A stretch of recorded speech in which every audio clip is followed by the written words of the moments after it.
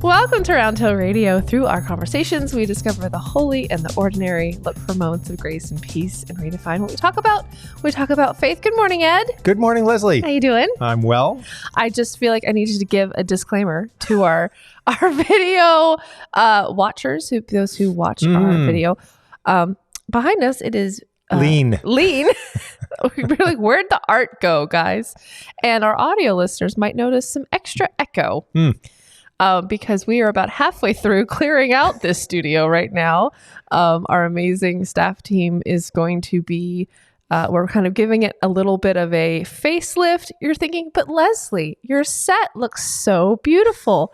I agree, but you should see the rest of the room. we have leaner. We are blessed with a beautifully big space to do lots of fun and creative things. And so we're giving it a floor. Yes. Because it's concrete. We're giving it a floor, fresh paint. It's going to be magical. It's a new year. It's a new year. New year, new us. Freshen it up. I'm so excited. There's so much potential and so many fun things that are becoming your way because of this. It's going to make this possible. So very exciting. But there's no art behind us. There's an echo. Yes. And we'll be recording remotely for a little bit. We will. To give our team and contractors some time to do their magic. But we'll be back. We'll be back soon. Mm-hmm. You'll barely notice. It'll be ongoing. Yes, and I'm going mobile. I'm gearing up Ed with good microphones to take home for the next few weeks. Me being the tech guy that I am. You really are getting better. I'm very impressed. I have a lot of room for improvement, so there's always a way of getting better. Don't we all? We all do. So now that we have our disclaimer, what are we talking about this morning? Coaching. Which seems like it's starting out of nowhere. Right? You've mentioned it occasionally. I have. It's sort of in passing. Mm-hmm. Tell us more. So during the pandemic, one of the things that I think a lot of seminaries tried to do, and this was really wonderful, was to make tremendous resources available for clergy because everyone had to pivot and a lot of people didn't know towards what they were pivoting. Sure.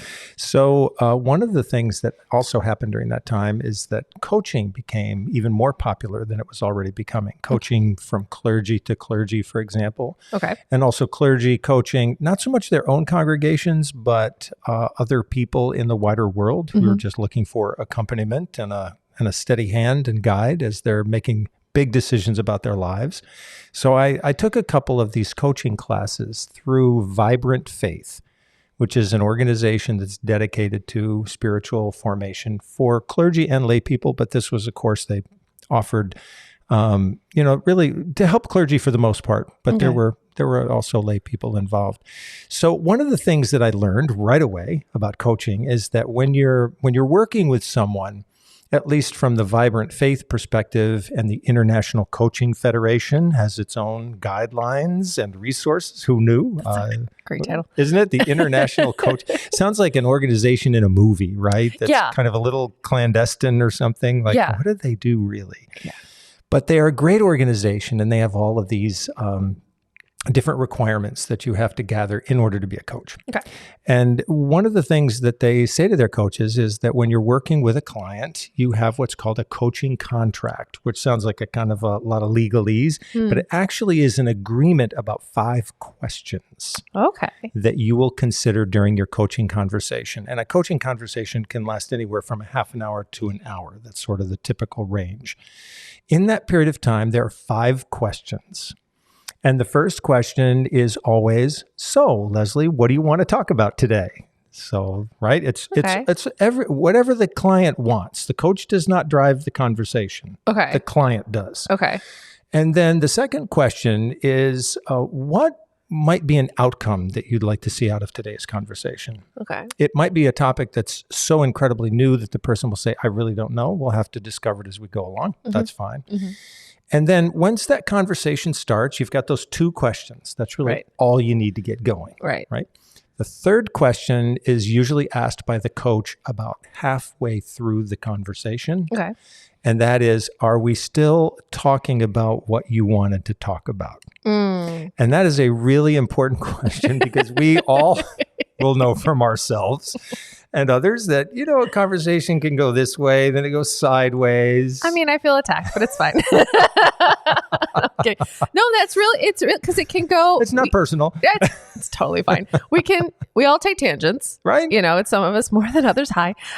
Back road. But back roads, discovering things as you're talking about that you discuss things. But also it makes me think, when you ask that check-in question is like, were you talking about, it also makes me think the thing you said that you want to talk about initially, is that still the thing you want to talk about? Now that you've delved into the conversation, have you found something in that conversation that actually is more at the heart of what you're wanting to discover?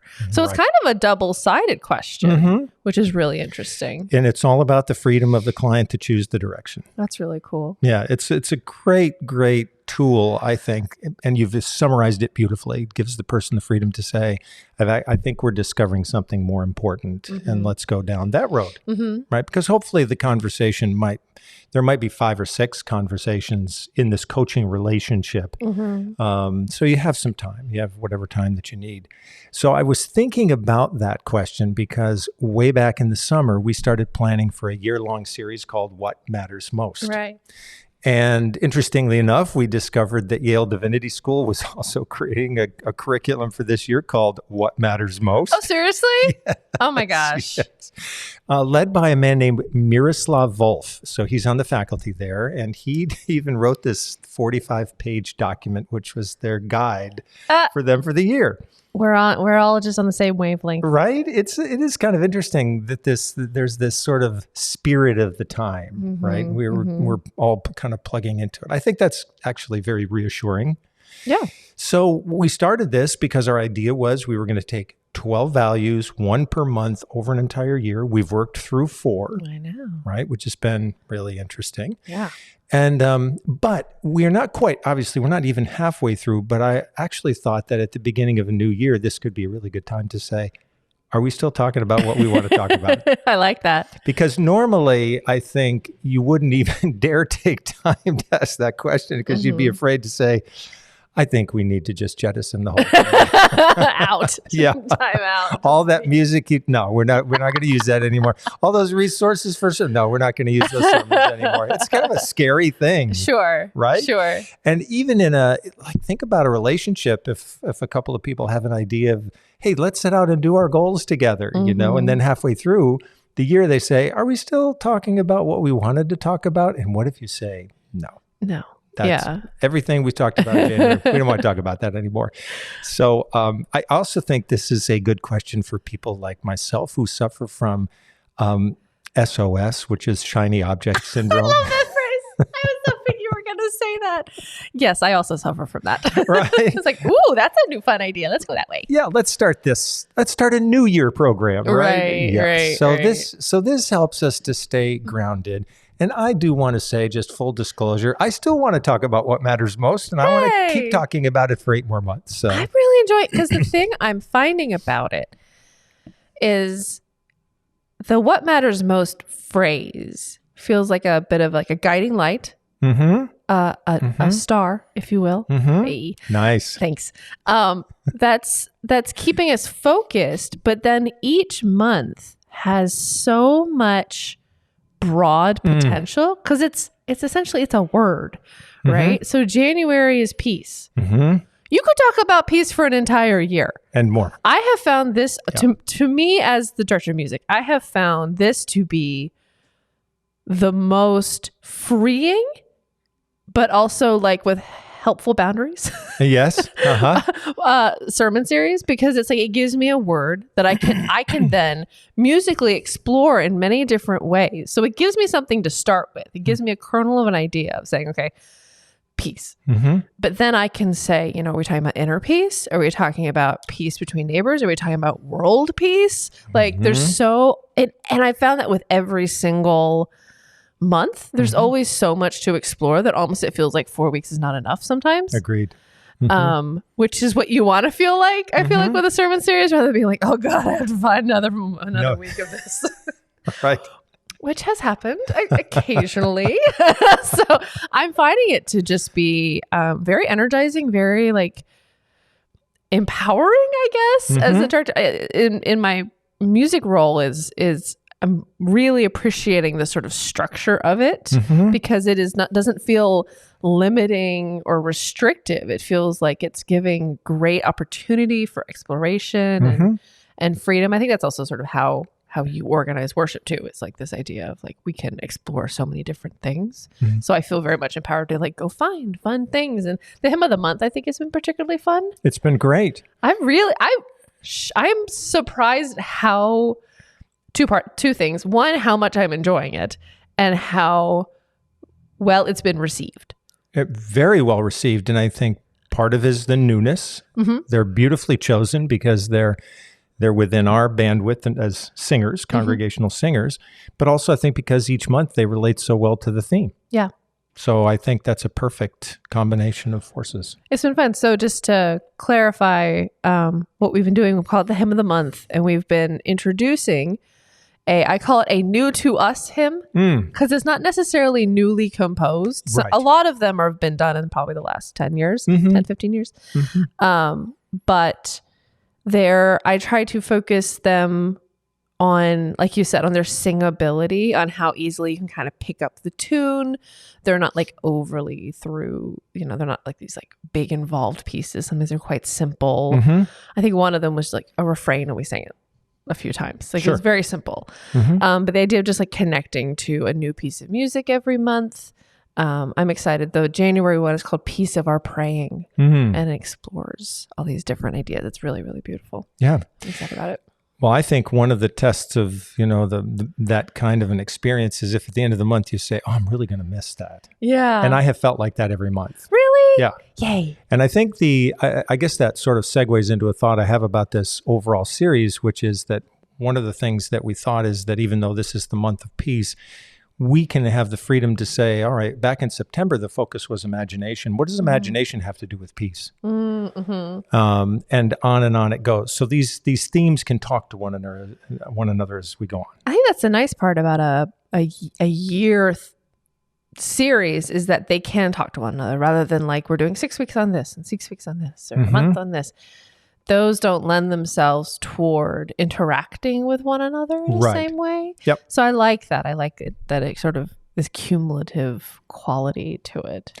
I want to come back to something you said about the vastness of the themes. Yeah. And I definitely felt that much more so with peace than I did with any of the others. Yeah, I can see that. And I think part of the challenge there is that for some time, there are always violent conflicts going on in the world of major proportion. There is always violence at different levels of society. Some of it is, so hidden away in a sense that we can't track it. But the violence that we've seen over the past year has been in front of us all the time. So in Ukraine, more recently in the Middle East, and it's unavoidable, right? To be looking at it and trying to understand how it's going to evolve, if it is going to evolve in a better way.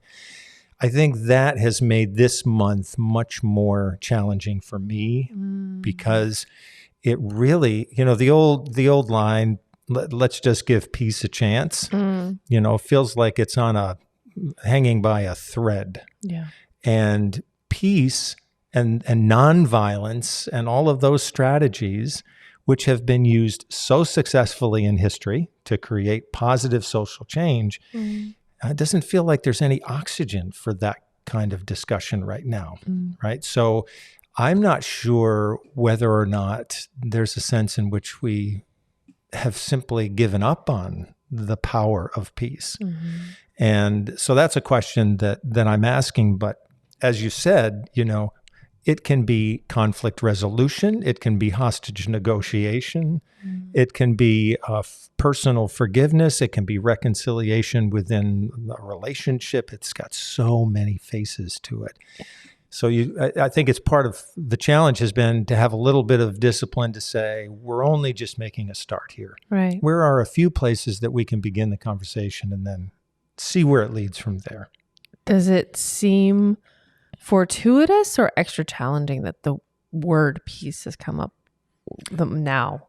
Well, it feels so, it would be fortuitous, I think, if we thought, wow, there is just unexplored potential here. Mm-hmm. But I think that our view of nonviolent social action right now is so jaded that I'm not sure that the fortuitousness side is quite as present as the challenging side, which is that this feels like it's a very, very, very fragile flame, and that just somebody could blow on it and it would go out. So, coming back to that phrase in the Gospel of John, which we use at Christmas or call up at Christmas so often, the darkness has not, the light shines in the darkness and the darkness has not overcome it.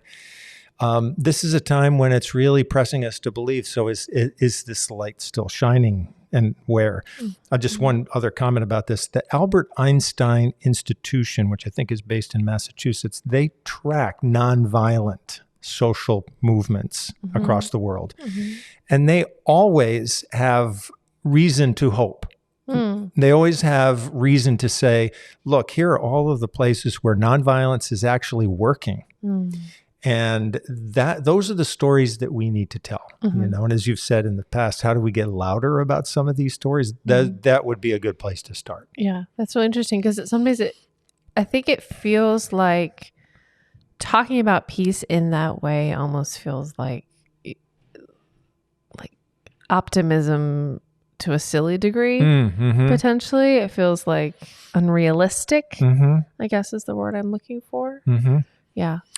I think that one of the threads we need to pick up again is that if we look at the ministry of Jesus really carefully, it is based very deeply on nonviolence. And then you can come up with any one of a number of examples for that.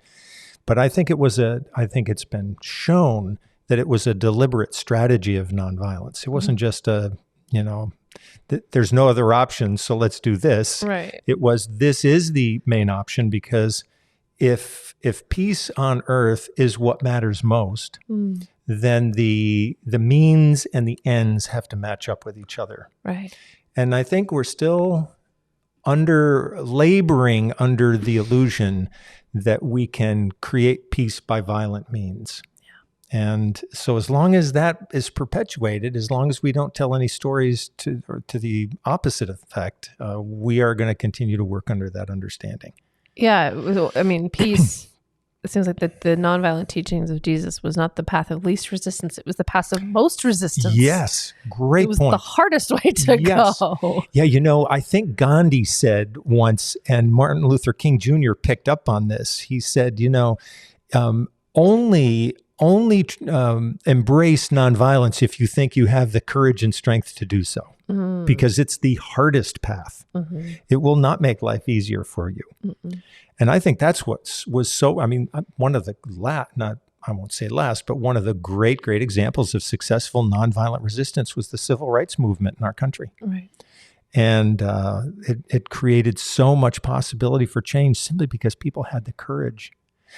There's one thing that's kind of lurking in the background of this for me, and that is that movement didn't just sort of spring out of nowhere. It came about because there were training centers in the United States where people could go and learn about nonviolent social change because people had traveled to India and they had studied with Gandhi. Oh, wow. And they had brought that change back with them. And so one of these schools was called the Highlander School in Tennessee. And they had a very interesting student there by the name of Rosa Parks. Oh, wow. So Rosa Parks didn't just get on a bus one day and say enough is enough. She was waiting for the right moment. She had trained for that moment. In fact, she'd been trained by another African-American woman who was one of the teachers at the Highlander School. And so those people who sat at the lunch counters, right, and requested service just for the same as for everyone else, they'd all been to the Highlander School. Right. Or they had been to local colleges, historically Black colleges, right, where people had come to do training with them. So they were ready. They had practiced. They had actually engaged in practices where they, kind of pretended that they were at lunch counters and people threw things on them. And they had been through it enough so they actually built the muscle memory for it. It takes so much courage just to start that. Oh my goodness. I mean, I can't even imagine. And when you think about, you don't know what the consequences are going to be. You don't know if you're going to survive the moment. I mean, because as you're also saying, it's not only hard to do that, you're surfacing all of that hatred and that anger. Right. And let's not forget that so often the nonviolent actions were met with violence. Oh, yes. Terrible violence. Exactly. And those individuals who went on the bus journeys, the freedom riders, those who were in those cafes, those who enrolled in universities, they all knew what they were up against.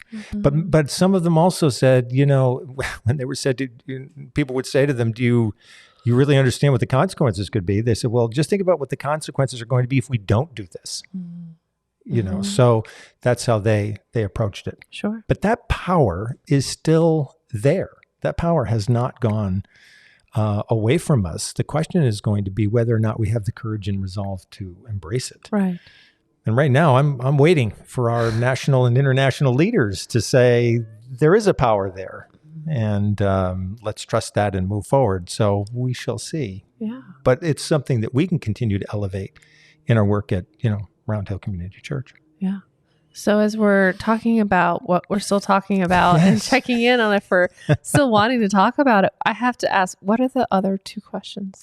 So the other two questions are great ones because once there is a sense of resolution, well, I won't even say resolution because it might just be like a single step, right?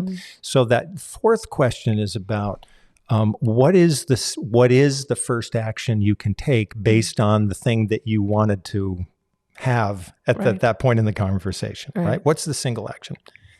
The last question is really, really critical, and that is, who's going to hold you accountable? Oh, that's a toughie. That is a toughie, because I could easily say at that point, well, signing off now. Bye. I think we have this idea that, okay, we've got the idea, we're good now. Right. And the coaching contract sort of has built into it this, I guess, is looking a little negatively, that we won't act on our aspirations. We can come up with these great ideas. And we're like, so the next time we meet, we say, so how'd you do? Oh, yeah, I was going to do something about that, wasn't I? I mean, I appreciate that it has built into it trying to avoid the shiny object syndrome. It does. Being like, you will go on to your next great idea. I like that. That's good. It is good. And I think that, it's a community question, which I think is really great because we tend to be highly individualized and our tendency would be not to think about who could hold us accountable. Fair. So I love the fact that there are those 5 questions. That's the coaching contract as, kind of mandated by the International Coaching Federation. And I will say this, after more than 150 hours that I've logged of coaching experience, that those 5, you would think, really? Those 5 questions? I mean, shouldn't we shake them up a little bit and, like take that one out and put that one in? Yeah. It's actually a brilliant scheme of questions. Yeah. It covers all the bases and it gives the client, I want to go back to use a word that was super important to use. It gives the person the freedom to chart their course. And it's based on the assumption that the person always knows what they want to do, but it has to be surfaced. Yeah. So it's never, interesting. the coach is never allowed to say, I got the answer for you. All right. Here's what you should do. Right. Can't do it. Nice. Cannot do it. You have to just keep asking good questions until that thing surfaces. And that is a really exciting moment for a person in that conversation.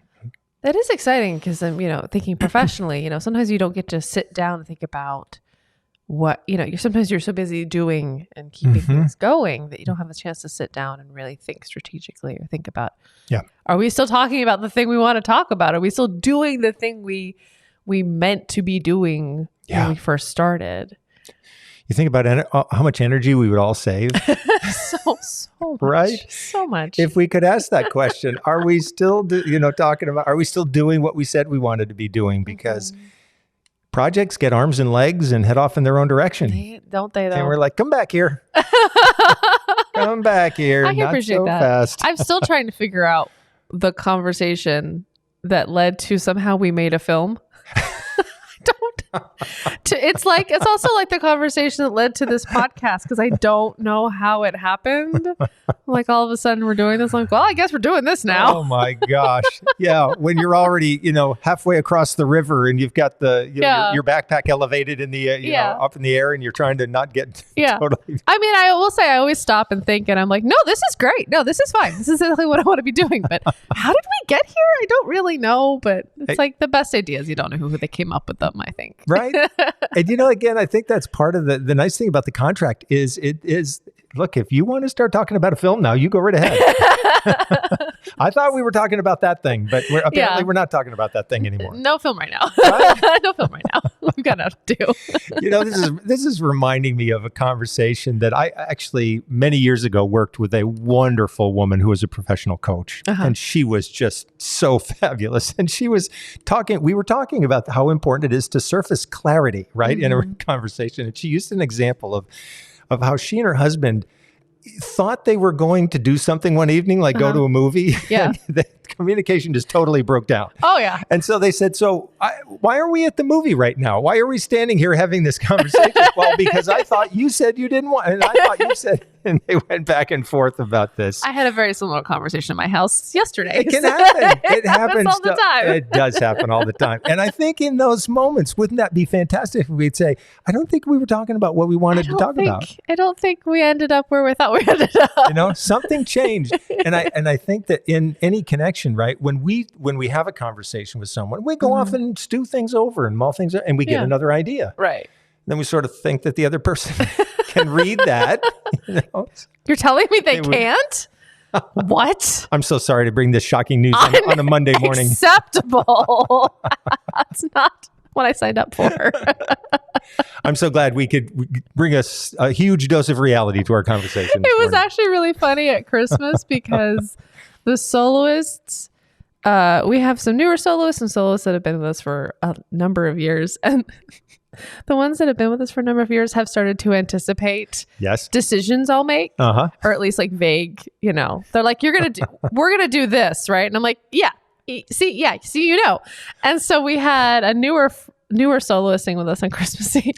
And we had just I don't know. I don't think we ever said anything like that, but we were like, we'll have a rehearsal 15 minutes before. We'll do this, blah, blah, blah, blah, blah. And so I texted her just to be like, hey, we're ready anytime you're ready. She was in the building. She was doing other stuff. I wasn't like stressed out about it. Everything was fine.